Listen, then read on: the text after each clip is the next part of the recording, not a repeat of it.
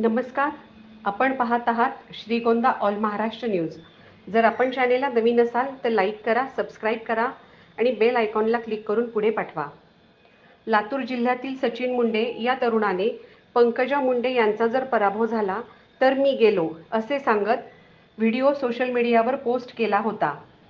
लोकसभा निवडणुकीचा निकाल लागल्यानंतर पंकजा मुंडे यांचा पराभव झाला. यामुळे त्रस्त असलेल्या सचिन मुंडे यांनी आपल्या आयुष्याची दोरी कापली. निवडणुकीत झालेला पराभव जिव्हारी लागल्याने लातूरमधील येस्तार येथील सचिन मुंडे या तरुणाने आत्महत्या केली. या घटनेने गावात शोककळा पसरली. लातूर दौऱ्यावर असणाऱ्या पंकजा मुंडे यांना ही बाब समजताच त्या तातडीने गावात गेल्या. त्यांनी सचिनच्या परिवाराचे सांत्वन केले आणि सर्वांना आवाहन केले. मी सगळं त्याची काय कमी तर माझ्या चॅनेल बघून नाही निघणार, लक्ष घालेन सगळ्या गोष्टी. ठीक आहे, सगळं. आता हे काय मला 4 लोकांत सांगायचा विषय नाही.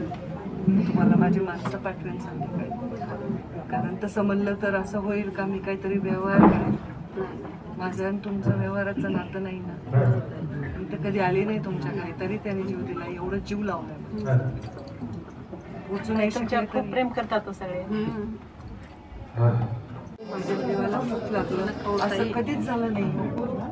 असं कधीच झालं. मला इतकं वाईट वाटायला मी या सगळ्या कुटुंबाची भेट घ्यायला काही वाटलं काहीच मला खूप मला वाईट वाटलं. काल ते लहान लेकरं बघून मला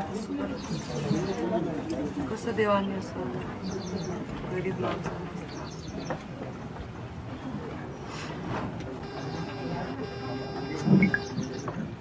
जीव लावला. मल्लाने ते तसं म्हणलेलंच ते माझ्या डोळ्यासमोर. जपा एकमेकांना, जपा दादा. काळजी घ्या स्वतःची. काळजी घ्या हो बेटा, काळजी घ्या आई बापाची, सगळ्यांची.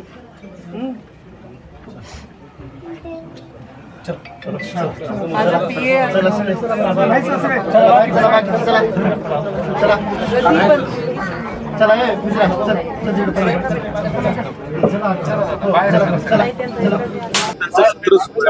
लातूर जिल्ह्यातला जो सचिन आहे तो बीड जिल्ह्यातल्या आत्महत्या ज्या झाल्या त्या सगळ्यात अगोदर सचिननं आत्महत्या केली. काय तरुणांना आवाहन करायला, अशी परिस्थिती राजकीय परिस्थिती जी आहे ते वेगळ्या दिशेने जाते असं वाटतं. पहिले तर मी हात जोडून सगळ्या तरुणांना आवाहन करते आणि मी पदर पसरते, कृपा करून तुम्ही सगळे स्वतःच्या जीवाला जपा. असं ज्यांनी कोणी आताही असे पाऊल उचलायचे अजिबात हिंमत करू नका. असं पाऊल उचलणं तुमच्या जीवाला धक्का, म्हणजे माझ्या जीवाला धक्का आहे. मला हे इतकं अपराधी वाटतंय की मी शब्दात नाही सांगू शकत. माझी विनंती आहे, असं पाऊल कोणीही उचलू नये. ह्याची परिस्थिती ही आली आहे. सगळ्या मुंडे साहेबांवर प्रेम करणाऱ्या, माझ्यावर प्रेम करणाऱ्या, विश्वास ठेवणाऱ्या असंख्य अशा लोकांवर ही परिस्थिती आली आहे. निवडणुकीमध्ये पराभव अत्यंत ग्रेसफुली स्वीकारून मी तिथून गेले होते. आभार दौऱ्याला येते असंही म्हणले होते. पण ह्या घटनांचं जे सत्र सुरू झालंय, सचिननी जे आता आत्महत्या केली तेव्हा मी दिल्लीमध्ये होते. तिकडनं येईपर्यंत इतक्या आत्महत्या झाल्या की रस्त्यामध्ये सगळ्यांना भेट करत मी आले. माझी विनंती आहे की लोकांनी असे पावलं तरुणांनी उचलू नये. आपल्या परिवाराचा, बायकाचा, पोराचा, आई वडिलांचा, भावंडांचा, समाजाचा विचार करावा. मी खंबीर तेव्हाच राहीन जेव्हा तुम्ही खंबीर राहाल.